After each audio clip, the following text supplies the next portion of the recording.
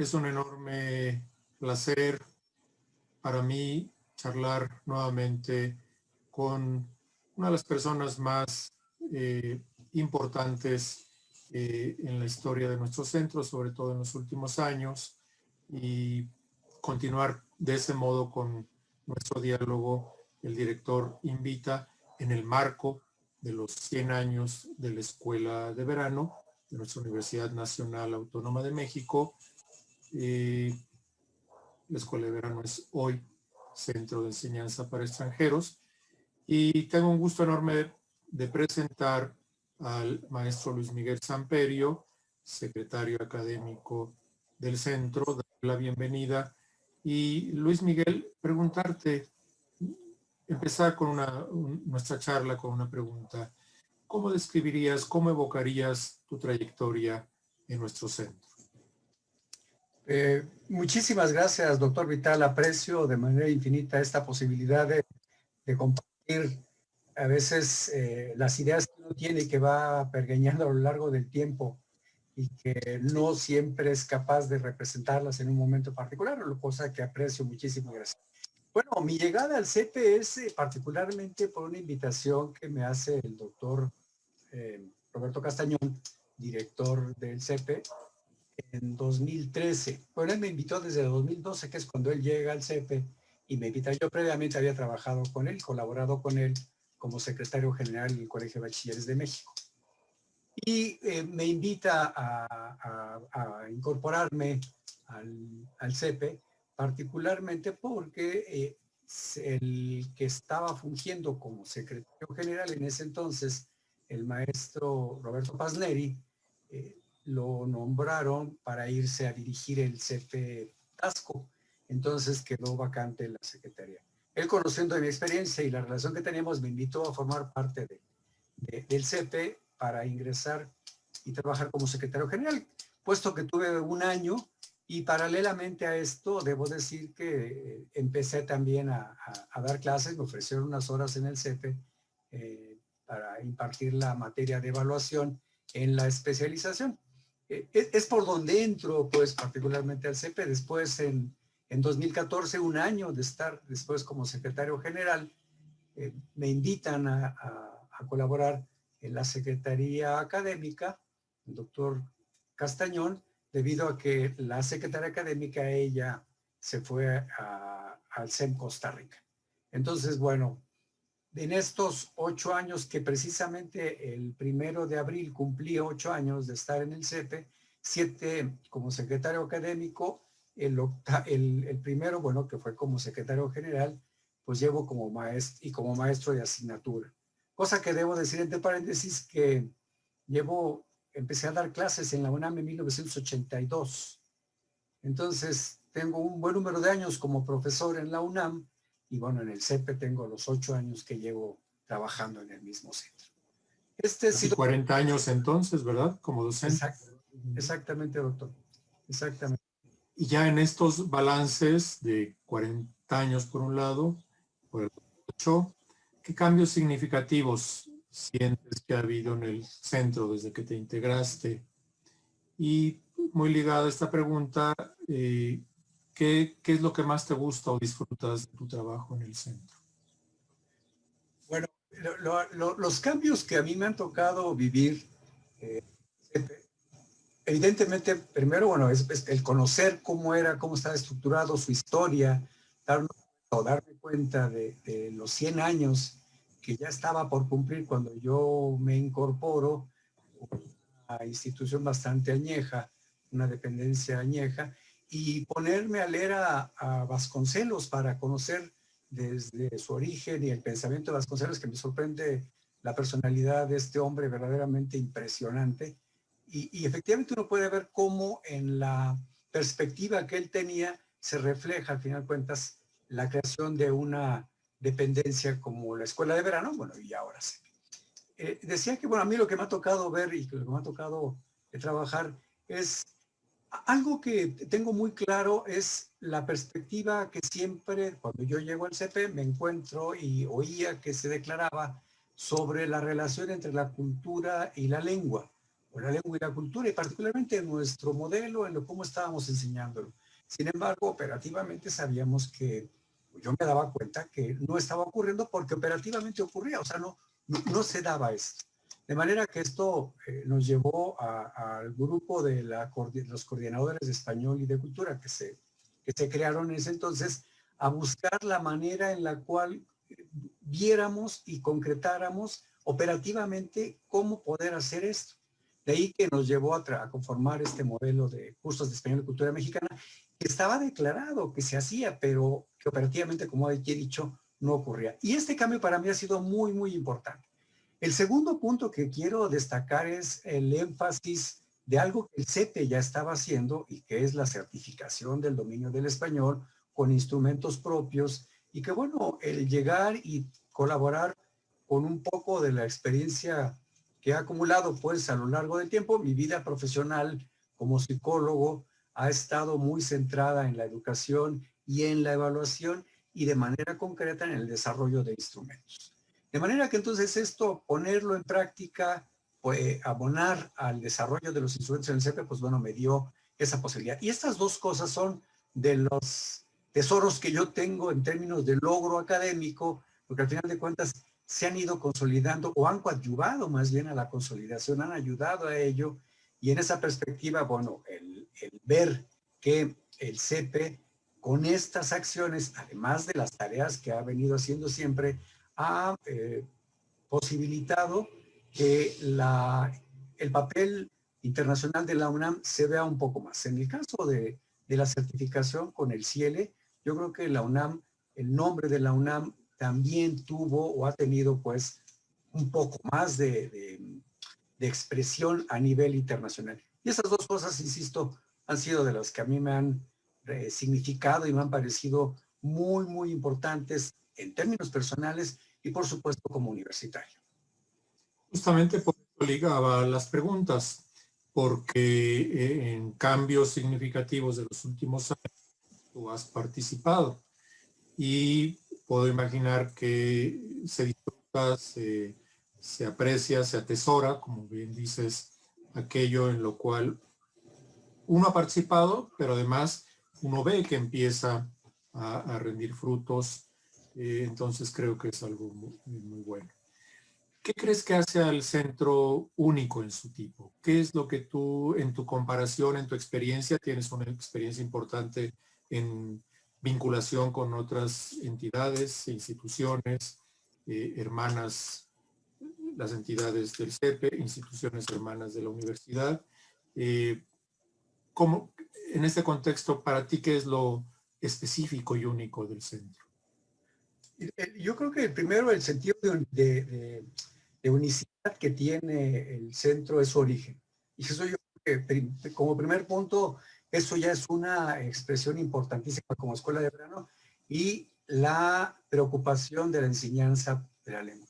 El hecho de que nos hayamos mantenido, y me incluyo pues en estos 100 años por supuesto, en español, es decir, y la variante mexicana, lo hace finalmente único, porque claro, pero además el enseñarlo a extranjeros, porque por supuesto aprendemos, a todos nos enseñaban español en la escuela, en la primaria, en la secundaria, en el bachillerato y algunos hasta en la universidad. Pero lo que yo veo es esta preocupación que ha habido porque a través de nuestra lengua y con nuestra lengua podamos y hemos podido lograr que México sea conocido por más gente y sea conocido para quitar muchos, seguramente de los estereotipos que seguramente habrán todavía, pero sí quitar muchos de los que había en relación con este mexicano sombrerudo que lo veíamos y lo vimos durante mucho tiempo. Mi infancia yo recuerdo muchos esos estereotipos, la década de los 60s todavía había muchos estereotipos, 70s inclusive, y creo yo que el CEPE al final de cuentas con su quehacer lo ha ayudado a ello y lo hace único, y lo hace único también en la universidad. Vamos, no hay otra dependencia que haga lo que nosotros hacemos.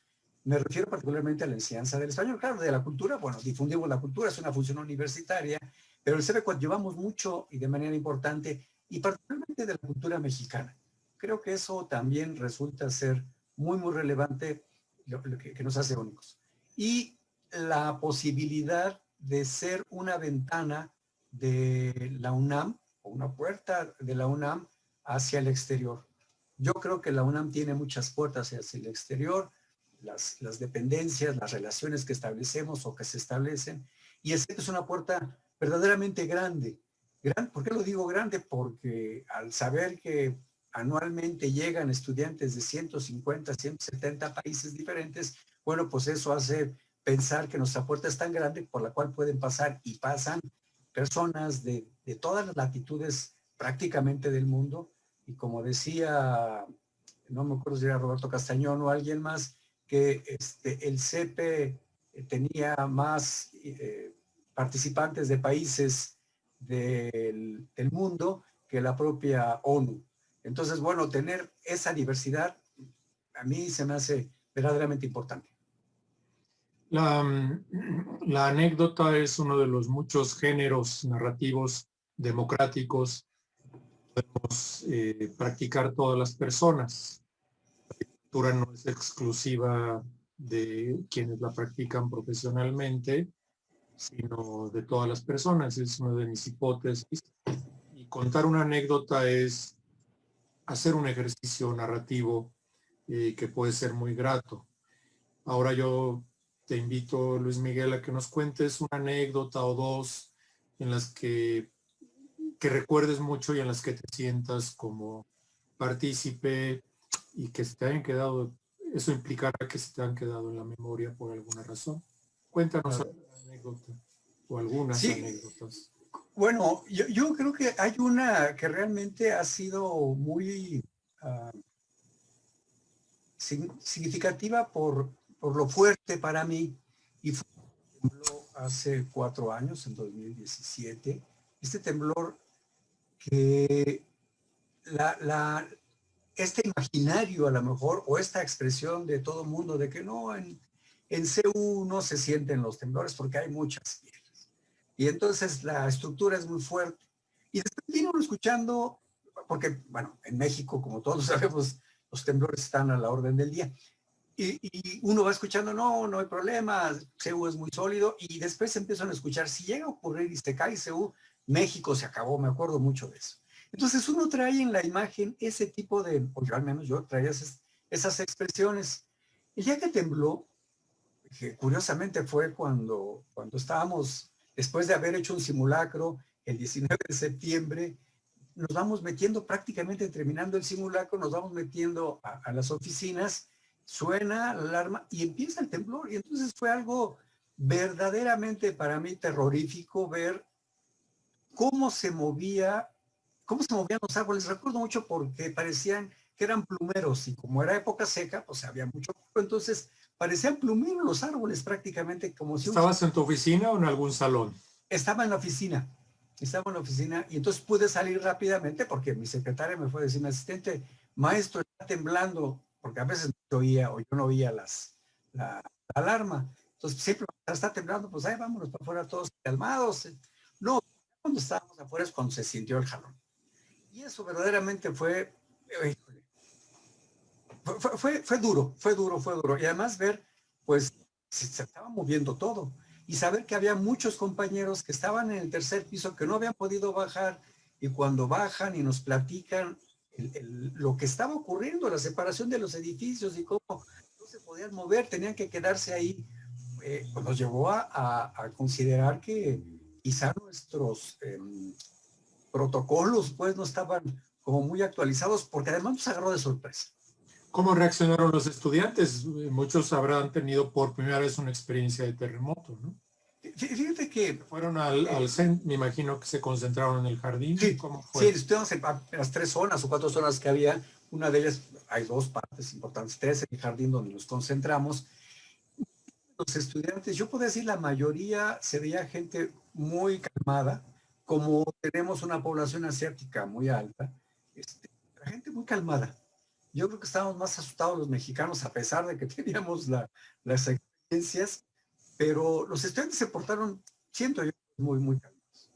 Lo dramático fue después de que cerramos, se acabaron las clases y cada quien vaya para su casa porque no teníamos información. Entonces, bueno, ya imaginarán pues lo que significó el evento. Y yo decidí dejar mi carro en el CEPE. Dije, yo no me voy a ir. Bueno, la ciudad era un caos. Me tuve que ir caminando a mi casa. Tardé 3 horas en llegar caminando. Recuerdo que casi me quitaba los zapatos porque ya no podía tanto caminar, diciendo, ¡qué barbaridad! Y era dramático ver las calles en el camino, pues, que iba yo viendo. Había mucho miedo en México. Por la zona que yo recorrí caminando había mucha gente temerosa, se veía mucha agitación. El fenómeno fue traumático. Y bueno, quizás son de las cosas, a lo mejor que Se recuerdan. me han marcado más, pues, dentro de ello. ¿Alguna otra anécdota en el salón de clases?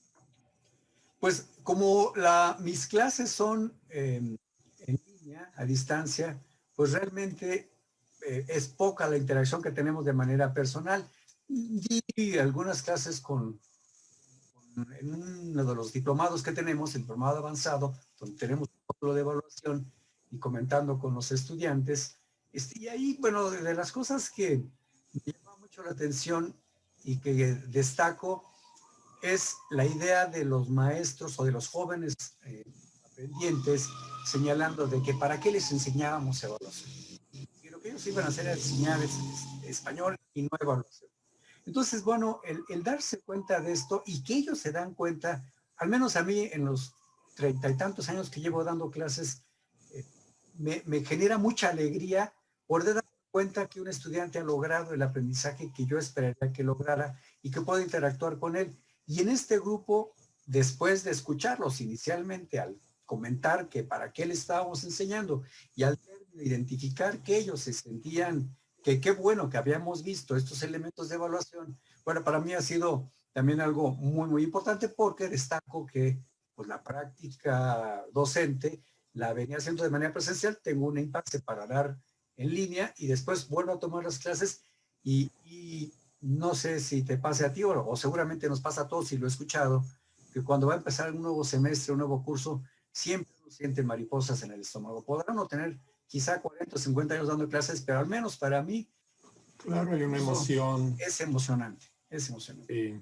Ante pues, la gran responsabilidad y el honor que nos da nuestra universidad de poder estar frente a un grupo, claro, institución, trabajando para que se produzca ese momento tan emocionante de dar clases y sobre todo la primera clase de un semestre, en efecto. Pues muchísimas gracias, Luis Miguel. Creo que tus reflexiones, tus evocaciones enriquecen mucho la memoria por estos 100 años que estamos por cumplir y especialmente, desde luego, en los últimos 8 años en que ha sido y sigue siendo una figura significativa en el centro. ¿Quieres agregar algo más? Sí, cómo no, doctor. Yo aprecio y agradecer la invitación para continuar en este lugar, en este puesto, la confianza que me has depositado y bueno, pues, mi colaboración y contribución al centro, a la grandeza del centro y de la universidad como universitario formado hace ya casi 50 años, entré a la UNAM como estudiante en 1972, así que estoy por cumplir medio siglo de ser universitario, lo marca uno. Y esta oportunidad de continuar ahora en estos cargos y en